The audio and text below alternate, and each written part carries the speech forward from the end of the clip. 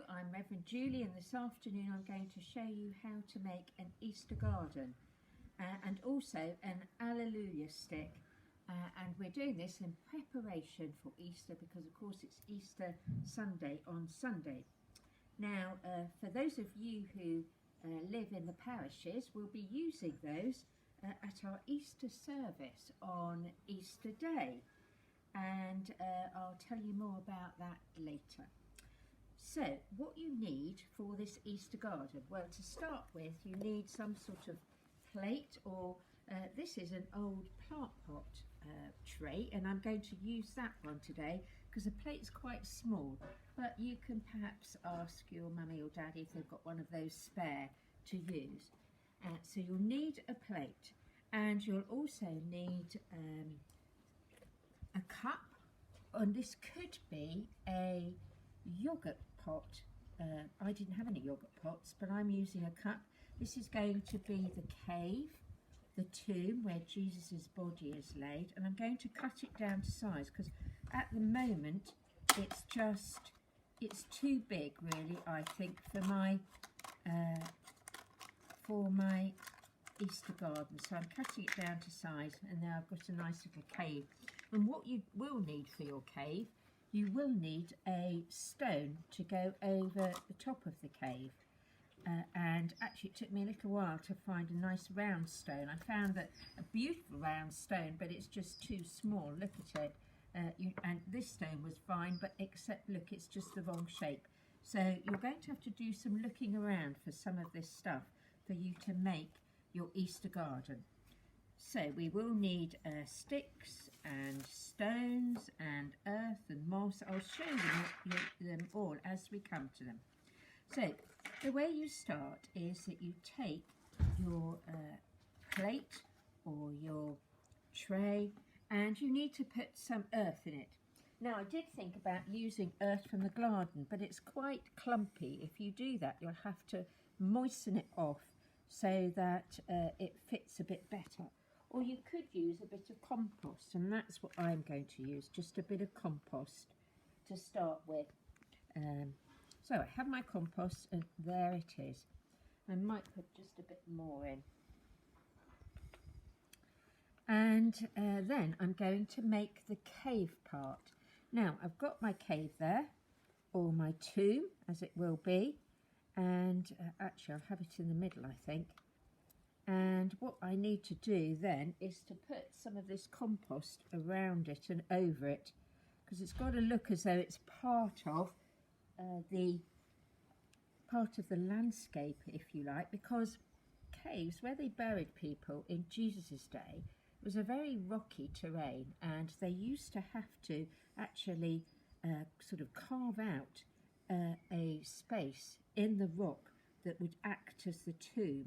And so it would be a part of the landscape, as it were.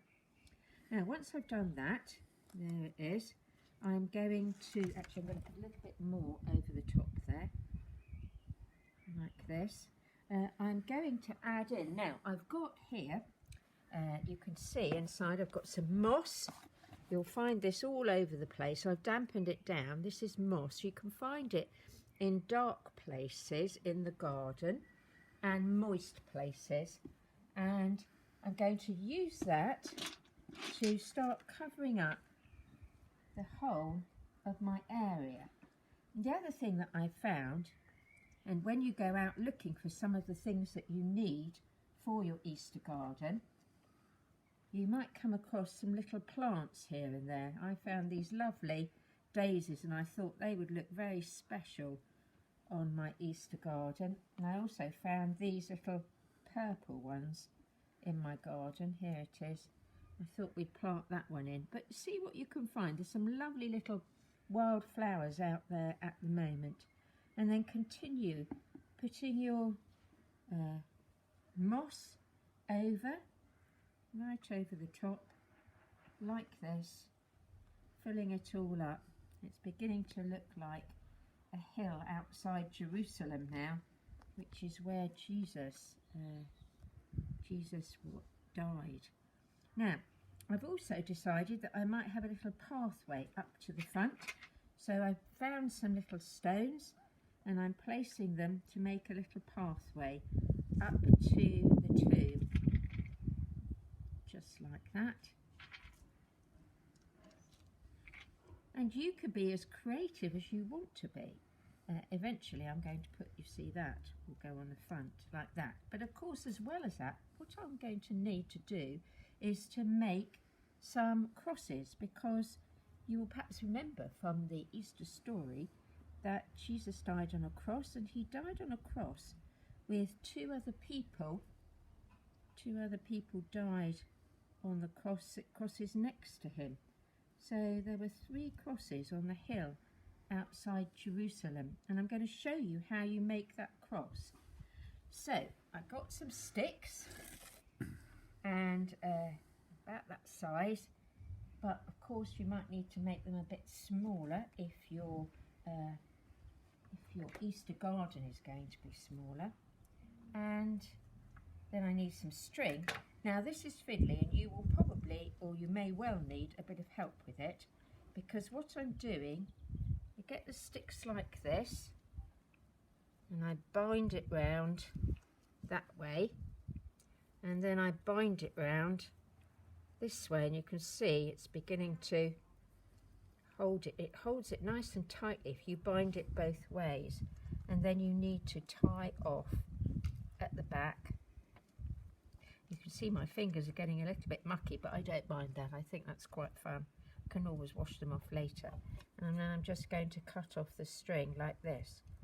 So one of the things you will need to do is find some sticks that will make suitable crosses. And there's my third one. I'm going to put that one just there. It'll go in well because, of course, we've got a lot of earth in there as well. So I've put my moss in, I've put some flowers in. What I will need for my Easter story is I will need some grave clothes, because what happened when people died in that country when Jesus was, when they died, their bodies would be anointed with spices and fragrant smelling perfumes, and they would be buried, then wrapped in a grave cloth. And the grave cloth was like a long strip of cloth, and it would be wrapped all around the body. And then the body would be put inside the tomb, and once it was inside the tomb, the big stone would be rolled in front of the tomb, just like that. So that's what it would have looked like. And they kept the stone there just to keep the body safe. And this used to be really quite a big, hefty sort of boulder that they would put in front, and they would roll it in front. So that's what would happen. Now, if you haven't got anything like this, you could just use a little bit of, I've got some kitchen roll here, and just tear a bit off or cut a bit off. I think probably you'd need to cut it. Cut a strip off, and that could be your grave clothes that you will use for your Easter garden. So we've got the path in, we've got the crosses up, I've got the stone ready. We've already said these stones are just no good. They wouldn't be any good, you see, across the front. You could see now, would they? So you really do need quite a big round one. And then, once it's all ready, with the grave clothes inside, with Jesus' body would have been wrapped in that, in they go. And there we have it. There's my Easter garden. Now, I've done it very quickly, and I'm sure you can do a much better job of it than me.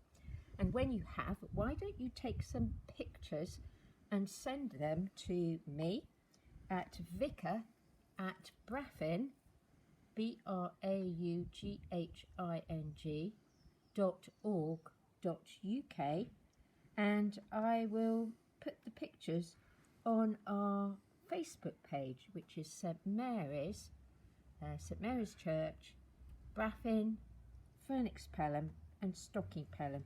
So let's see what you can come up with, and get your mums or dads to take, or whoever's in the house to take a picture, send it through to me, and then we'll put them on our Facebook page. We can see how creative you've been. Now, later in the week, when we come back, I will be doing a YouTube about Easter Day, and we'll be looking at our Easter garden again and talking about the story behind Jesus on Easter Day. And on Easter Day, as well as that, we're going to need some Alleluia sticks. Here's my Alleluia sticks. Now, this word Alleluia is often spoken about or used at Easter time. It means praise the Lord. So if a teacher gives you praise, they usually say, oh, haven't you been good? You've done a really good job there. So, praise the Lord, Alleluia. And all you have to do is to have a piece of paper, write Alleluia on it, and then I think decorate it, which is what I've done here. Decorated it. However, you want it to be as colourful and as cheerful as you possibly can. And then you take a stick. There's a nice straight stick, which is handy. And all I've done then is used sellotape to sellotape my Alleluia to the stick. So it just sellotaped like that.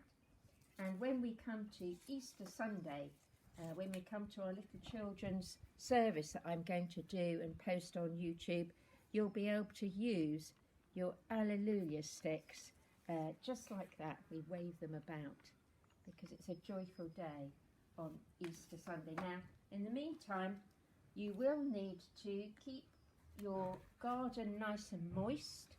So I've got my little bit of water here, and it just keeps it moist. It keeps the flowers going. There we go. And there we have it. So I look forward to seeing all your photos coming of your Easter gardens and being able to post them up. And do say who actually made the Easter garden, and also do say how old you are and your name. That would be really good.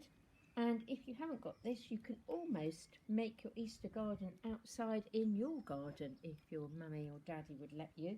It doesn't have to be in a tray like that. So till I see you next time, thank you for watching, and hopefully I'll hear from you soon. Bye bye.